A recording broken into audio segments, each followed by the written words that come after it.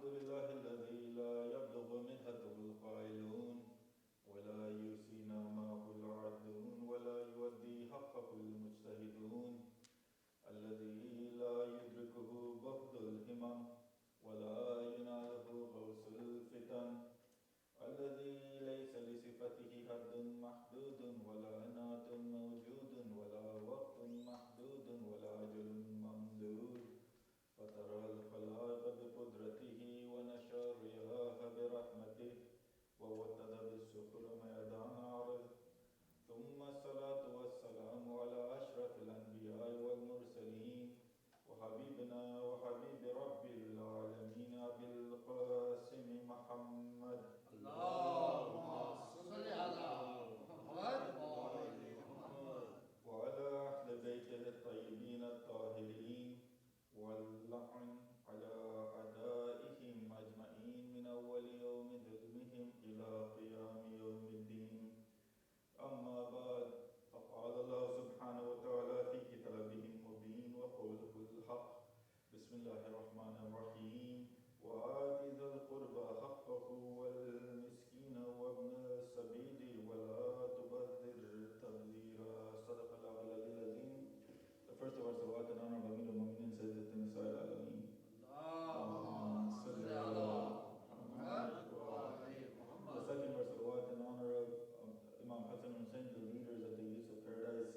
اللهم صل على محمد. And finally, the last verse salawat in honor of the Imam of our time, Imam Syed al-Zaman alayhi salam. اللهم صل على محمد وعلى محمد. Dear brothers, assalamu alaikum wa rahmatullahi wa barakatuh. Allah subhanahu wa ta'ala, He said, because these are the Ayam Fatimiyya, yesterday and the day before, we were commemorating the Shahadat of Lady Zahra, sallallahu alayha. It only makes sense that we continue that, because the Shahadat of Lady Zahra, sallallahu alayha, you have to remember that not the first, but this was the second Shahadat in the way of Wilayat Amir al-Mu'mineen. Because the first Shahadat would be Hazrat Muhsin, who was in her womb when he was shaheed, when the door fell on her. But Lady Zahra, she was the first person to speak up against the right that was taken not only from her, but that was taken from Amir al-Mu'mineen himself. So because these are Ayyam Fatimiyya, there's one topic that we should talk about.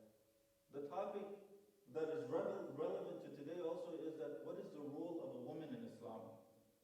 Because if you look at what people say in this society, the majority of them, they say that Islam has just subjugated women. Islam has just confined women to the home. Islam has just confined women to the kitchen. When in reality, Islam came in a time period, Islam came to a culture, Islam came to a society to completely free them from the oppression that they were put under.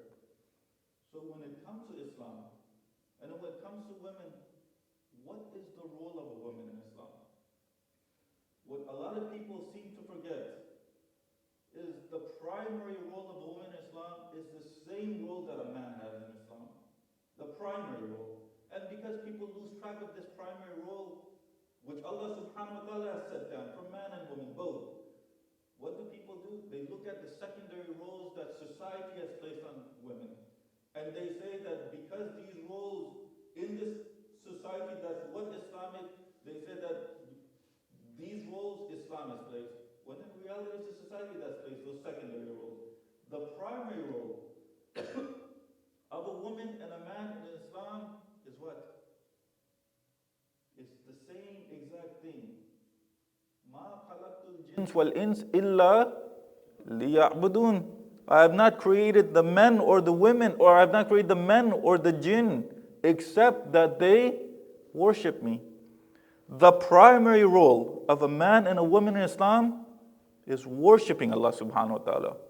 That's the primary role. The secondary roles that society has given them, men and women, those can always change based on time. Those can change based on the society that you live in. The society that you live in. It's another thing that Islam says, hey, you know what, this, if you want a good life, if you want an easy life, this way of life is comfortable, this way of life is easy. But Islam has not said you have to have this way of life.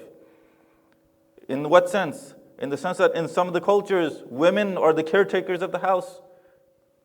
In some societies, women are the caretakers of the house. Islam has said, yes, if you want this, this is okay. When you look at the women in Islam, the two women that we as Shias, we praise in Islam, or whom? Lady Khadija salawatullah alayha, Lady Zahra salawatullah alayha. When you look at their lives, they lived different lives. In what sense? Lady Khadija salawatullah alayha, she was a businesswoman, was she not? And one of the most successful businesswomen of her time. Islam, if you look at this life, Islam says this is perfectly fine. And then you come to Lady Zahra salawatullah alayha, she spent her time at home raising the kids. Islam says this is perfectly fine too, for women. When both of these ways of life are perfectly fine, then shouldn't the woman decide what way of life she wants? If Islam says the way, if you want to live, yes. If you go out, if you want to be a business person, that's absolutely fine. But you have to remember to keep within the bounds of Islam, within the rules, within the regulations, within the laws of Islam. Meaning what? Meaning you want to go out and you want to work, that's perfectly fine, but make sure that you're covered the way Islam has asked you to cover. If you want to go out and work, that's perfectly fine. Make sure that you do not talk to a non-mahram the way you would talk to your husband.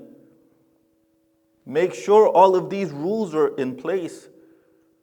But when it comes to men, do men also have to abide by these rules, or can they do what they want? No. When it comes to these rules, men also have to abide by these rules. Do not talk to non-mahram women the way you would talk to your wife. Do not look at non-mahram women the way you would look at your wife. So when it comes to the initial aspects of the law of Islam, when it comes to the primary laws, primary rules of Islam, they're both the same for men and women. The secondary aspects, that society has determined. And for every society, what's the most beneficial for that society, that's what the people of that society will follow. If it's not beneficial for a society where a woman works, then it's not beneficial. There's no reason for a woman to work if it's not beneficial in that society. But if it is beneficial, then there's no problem with it. Some things are social. Some things Islam has laid down as law, meaning they're absolute, regardless of time, regardless of society. But some things Allah subhanahu wa ta'ala has left for society to decide. For example, a woman covering herself from head to toe, that is law. Regardless of what time period you live in, regardless of what society you live in. But how a woman decides to cover herself, that is left up to society. That's up to society. For example, in the Arab world, how will a woman completely cover herself? She'll wear the long abaya that covers from head to toe. One piece of cloth. One piece of cloth. In other parts of the world, for example, Pakistan, India, Iran, it's not one piece of cloth. You'll have women that wear the scarf, women that cover themselves with a shirt and clothes and a jacket. That's perfectly fine. Society can determine how a woman covers herself, but the basic principle, the basic law, Allah subhanahu wa ta'ala has already set down that a woman must be covered. The same thing when it comes to men, the basic laws Allah subhanahu wa ta'ala has put down. But how they implement those, if some of those are social, then it's based on society, that's it. But when it comes to the life of Lady Zahra, what does she teach all the women? What is it that she teaches women? Yes, she teaches them, hey, in this society, this was the best form of life. But at the same time, regardless of what society you live in, when someone takes away your rights, when someone takes away the rights of others, then it becomes necessary for the women even to go out and ask for those rights. Islam has not said that a woman needs to stay at home 24/7 no matter what happens. No, you look at Lady Zainab sallallahu alaihi wasallam, what did she do? The same exact thing her mother did. When rights were being trampled, she went out with her brother. She went out. When it comes to your rights, when it comes to oppression that is happening, Lady Zahra salawat alaiha, Lady Zainab salawat alaiha, they both say or they both act the same way, in that they go speak out against it. They come out against it. They don't stay in their homes.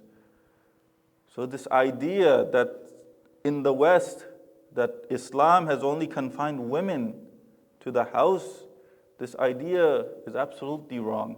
And you can tell, based on these types of ideas, what these types of people want to do to Islam. When it came to Christianity, in the early days of Christianity, what were the women doing? When it came to the early days of Judaism, what were the women doing? The same thing that the Muslim women were doing in the early days of Islam. But when you look at their history, they were even stricter on the women. When you look at their history, Islam wasn't as strict as beginnings of Judaism, beginnings of Christianity. But it's Islam that oppresses women? No, it's not Islam that oppresses women. Islam has freed women. And when you look at today, you look at the types of movements that are occurring within the society here. For example, the Me Too movement. What are they asking for? What are they asking for? To be treated like human beings. Isn't that what's sad? They're asking to be treated like human in this society, which claims to be what? The most advanced society. Women are asking to be treated like human beings. What does that tell you about this society? The type of hypocrisy that exists in this society, that they're asking to be treated like human beings. Islam has a solution. Islam has not said that women are secondary beings. Islam has not said that women are secondary to men. No, Islam has not said that. It said women have their rights, men have their rights. Women are different from men. And there's nothing wrong with science says the same thing, women are different from men.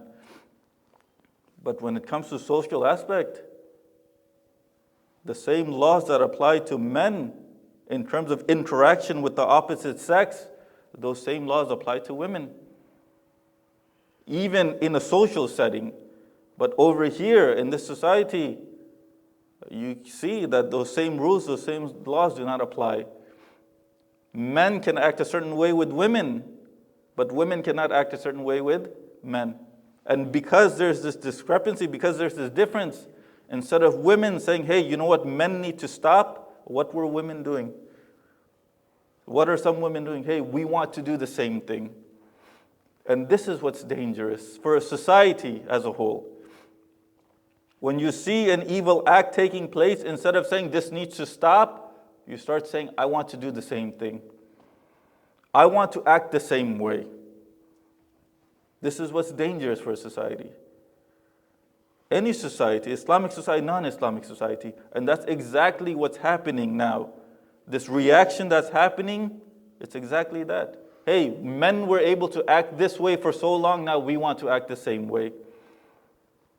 It's extreme feminism, this is what it's saying. We want to act the same way. No, the moderates, they say, no, you know what, this needs to stop. But when you come to a point in time where women are still saying, hey, we want to be treated like human beings, what does that say about your society? Is it as morally good as you've told the rest of the world that it is? Is it as advanced as you've claimed that the society is? No. The solution that Islam has is that separate but equal.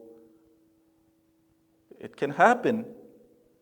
If it wasn't able to happen in this society back in the 70s, that doesn't mean that it can't happen at all. The separate but equal can happen, can exist, coexist together. But what happens today, men don't know their rights, women don't know their rights. And because they don't know their own rights, they don't know the rights of the other person or the other gender. And this is what causes all the difficulties in society. You see all those difficulties today. What is a solution? For example, in Dubai, in Dubai, they have now only female trains. They have some trains that are just only and only for females. couple of years ago in Japan, in some parts of these worlds, what was happening, females were complaining because men were touching them inappropriately. So a short-term solution, Dubai came up with a short-term solution. The long-term solution is something different. The long-term solution is to make sure that these people change the way they think, make sure that these people understand that women are not these types of objects. That's the long-term solution. But when it comes to a short-term solution, what was implemented? That women, they have separate trains, men, they have separate trains. A short-term solution. Isn't that the best way to go? If a long-term solution is going to take 10, 15, a generation, 2 generations to take, a short-term solution, wouldn't the best idea to be, or wouldn't the best idea to have is a short-term solution that can take care of the problem while we're working on the long-term solution?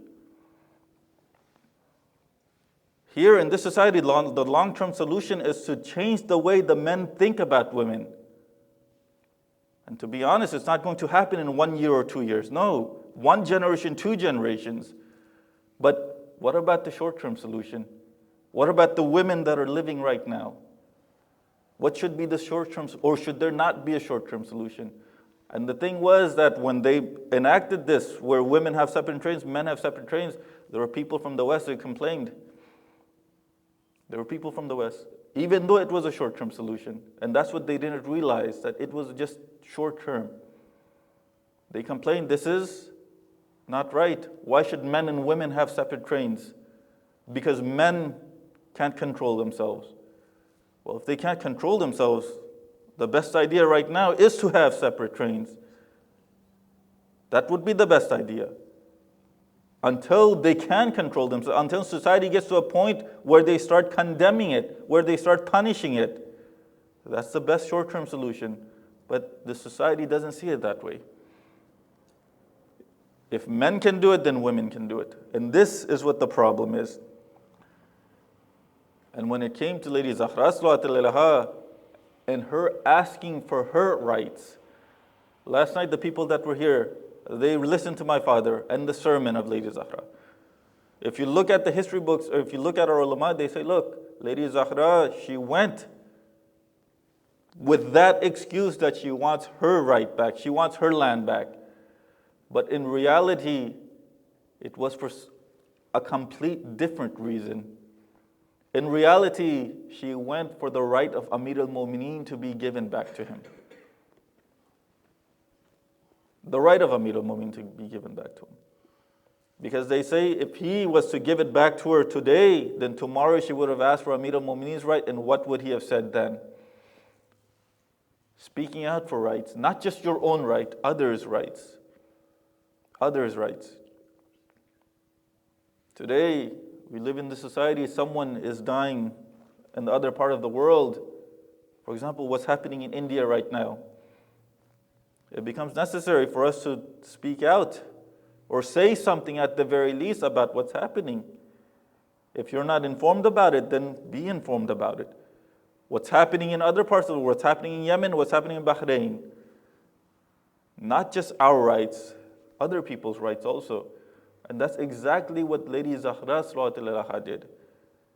She not only spoke about her right, but she spoke out against, or she spoke out for Amir al-Mu'mineen's right. Was she given her right? No, she was not. No, she was not. And you see today, people are asking, or people are saying, women need their rights. Give women their rights. In the Islamic community, in the Islamic Ummah, give women their rights. Why wasn't her right given to her 1400 years ago? What was going to happen if they were to give back Lady Zahra her land?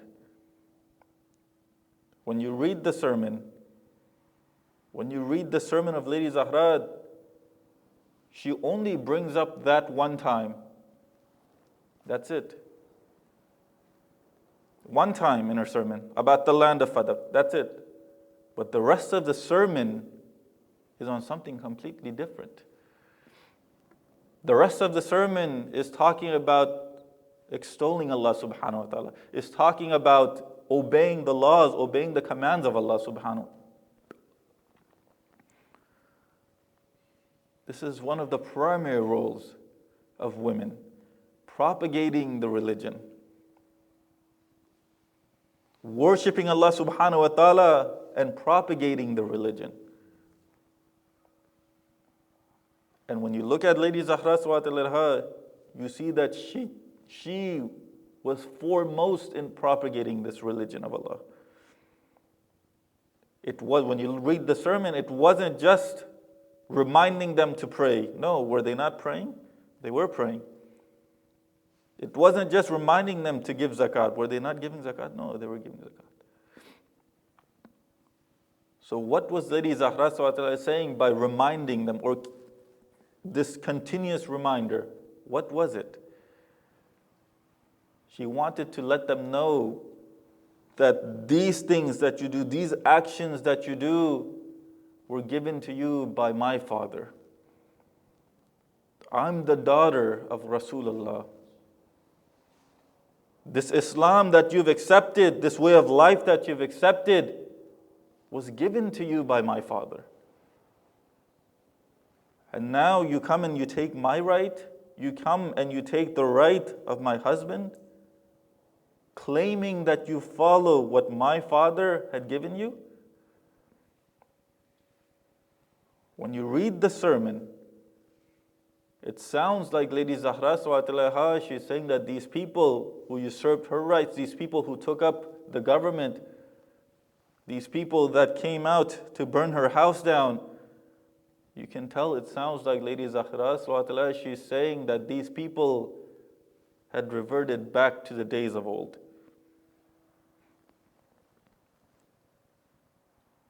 And this, brothers and sisters, this is what the problem is. Hypocrisy. Hypocrisy is what's dangerous to Islam. Saying La ilaha illallah, but inside you don't accept it. You look at Islamic history, this is exactly what brought down Islam. From the beginning to the end. Even until now, you see hypocrisy is what's bringing down Islam. If this hypocrisy is fought within each individual, then Islam would thrive. Islam would thrive. But it becomes necessary for every individual to look within themselves. Look within themselves and see in what aspect of the religion that they're hypocrites. All of us. Hypocrisy in what? I believe we should pray, but then I don't pray. That's hypocrisy. I believe we should read the Quran, but I don't read the Quran. That's hypocrisy. I believe we should take the words of the Ahlul Bayt, but I don't take the words of the Ahlul Bayt. I take the words of the Ahlul Bayt, but I don't act upon them. These are all forms of hypocrisy. And this is what we need to look at ourselves for. Look into ourselves and see in what aspect of the religion are we hypocrites. If we are, then it becomes necessary for us to fix those aspects. Walhamdulillahi Rabbil Alameen. Bismillahir Rahmanir Rahim. Qul huwallahu ahad. Allahu samad. Lam yalid wa lam yulad wa lam yakul lahu kufuwan ahad.